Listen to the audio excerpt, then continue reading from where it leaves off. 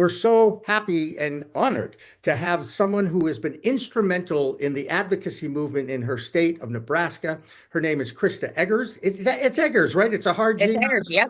Okay, Yep. That's correct. wanted to make sure I could get the Krista part very easily. So appreciate you taking the time.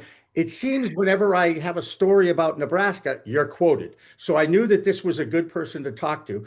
And this week, they're starting very slowly to distribute and award licenses, but even that has been a little painful. Can you give me a little background on what's happened over the last week in Nebraska? Yeah. So in Nebraska, after voters passed medical cannabis ballot initiatives, those ballot initiatives put together the Medical Cannabis Commission. This commission consists of the current liquor control commissioners that serve on medical cannabis, and then the governor appointed two additional individuals to this commission. The commission is tasked and has the authority to regulate the dispensing, the growing, cultivation, manufacturing of cannabis for medical patients. So what they were up against a deadline of October 1st, on or before they were to start distributing licenses. What we saw them do this last week is they did move forward. The cultivator license application process was open. There were 39 applicants. They went ahead and they drew four in a lottery. Two of those individuals were awarded licenses and have accepted those licenses. At this point, we don't know if they're going to move forward with manufacturing. That's what they have said they're going to do. But the commission themselves is unfortunately very, very dysfunctional. We are seeing a huge amount of opposition from political forces, really strong arming this commission. And what is happening is not at all reflective of what voters passed. This commission is not listening. There was a public comment yesterday that happened in Lincoln regarding the rules and regulations they have set forth. And it's very clear that the rules and regulations they have proposed that will become law on December 7th, approximately, they violate the statute. They are in complete violation of the law. Voters, patients, the state, 71% of people spoke very, very clearly that they want medical cannabis. They want a comprehensive program. They do not want restrictions on the type of cannabis or the form of cannabis that it's available to them. And this commission, one time after another, has truly just stripped away the voter intent in this. So we're working very hard to really oppose what this commission is doing. Your guess is as good as mine whether they're going to move forward and make any changes, which the public comment was very strong that they need to make changes. I don't know if they do. I sure hope they do, because we are just really walking ourselves into a program that is very segmented, a supply chain issue just from day one. There is not any experience on this commission. It is full of cannabis prohibitionists. So we're up against a lot, but just continuing to make sure that these people are held accountable. The voters put them in this position, and they answer to voters in what they're doing. And again, we're seeing them not do that right now. And welcome to the world of legal cannabis in America, because the government, whether it be the feds, the states, or the towns, are doing everything they possibly can to make it as difficult as possible to survive, let alone launch in a state like Nebraska. And on top of that, your leaders, your governor and your attorney general specifically, has tried very hard to go against what the people wanted. And that bothers me as an American more than anything else, because the ballot box has always belonged to the people. And this issue brings people out more than any other issue, because everybody has an opinion about cannabis and how it should be used, regulated, and unfortunately, it falls on deaf ears with a lot of the other elected officials. However, you guys still have the vote in your hands, and you can take notes of everybody who's fighting you and work to get them removed, because that's the only thing that can ever happen on this. 100%. We've got to pivot to elections. And, in the state of Nebraska, this issue has been going on for over a decade where advocates, led the fight, went to the legislature year after year. We walked away empty handed, no change in leadership.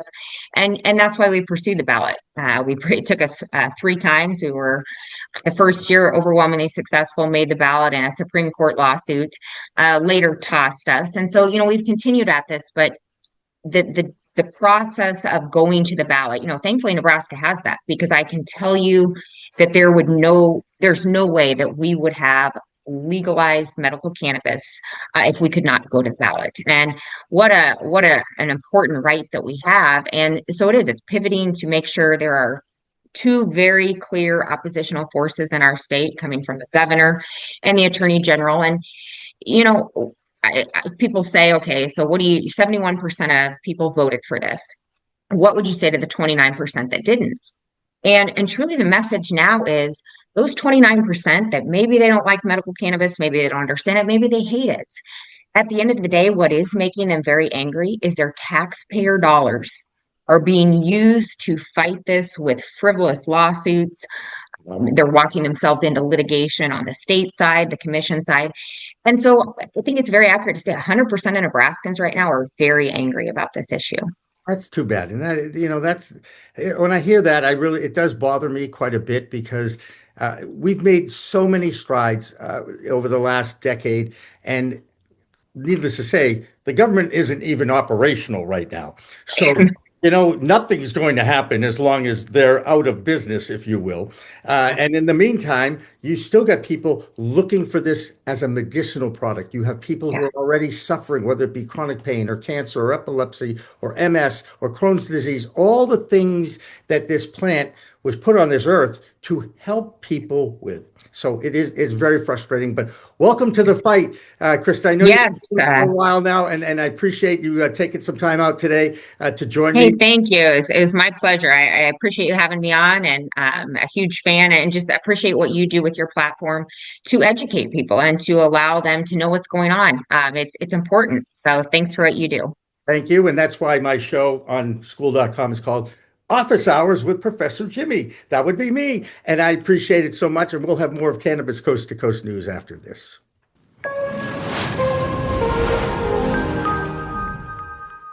I think I messed up.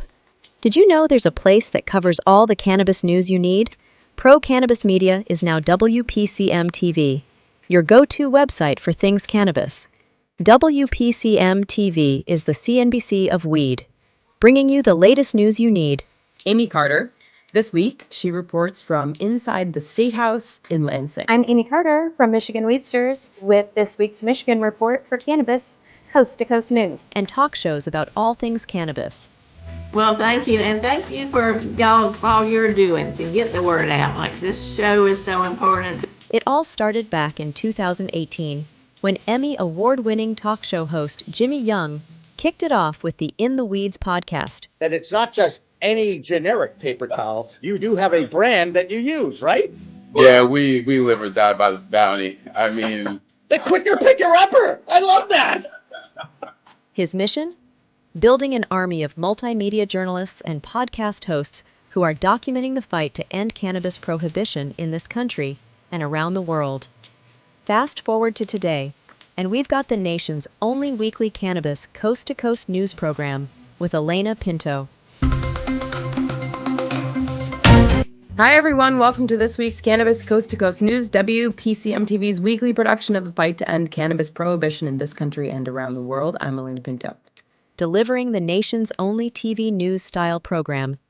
Since June 2021, WPCM TV has racked up over 1.3 million views, with 17 million impressions, and picked up over 16,000 subscribers on YouTube alone. For more information, contact the team at WPCMTV.com.